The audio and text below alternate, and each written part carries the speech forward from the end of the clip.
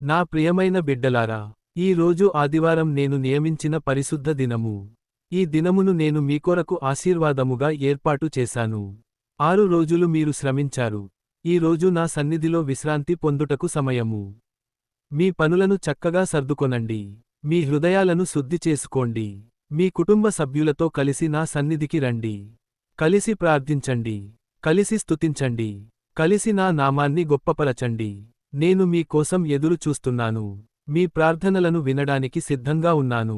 మీ కన్నీళ్లను తుడిచివేయడానికి సిద్ధంగా ఉన్నాను. ఈ రోజు నేను మీకు శాంతిని ప్రసాదిస్తాను. మీ ఇంటిలో ఆనందాన్ని నింపుతాను. మీ సమస్యలకు మార్గాన్ని చూపిస్తాను. మీ బలహీనతలకు బలమై నిలుస్తాను. ఎవరైతే విశ్వాసముతో నా దగ్గరకు వస్తారో వారు ఖాళీగా తిరిగి వెళ్లరు. నా ఆశీర్వాదాలు మీ జీవితాలను మార్చగలవు. మీ కుటుంబంలో ఐక్యతను, ఆరోగ్యాన్ని, సమృద్ధిని కురిపిస్తాను. నా బిడ్డలారా, ఆలస్యం చేయకండి. ఈ ఆదివారం నా సన్నిధిలో నిలబడి నా కృపను అనుభవించండి. నేనే మీ రక్షకుడు. నేనే మీ ఆదరణ.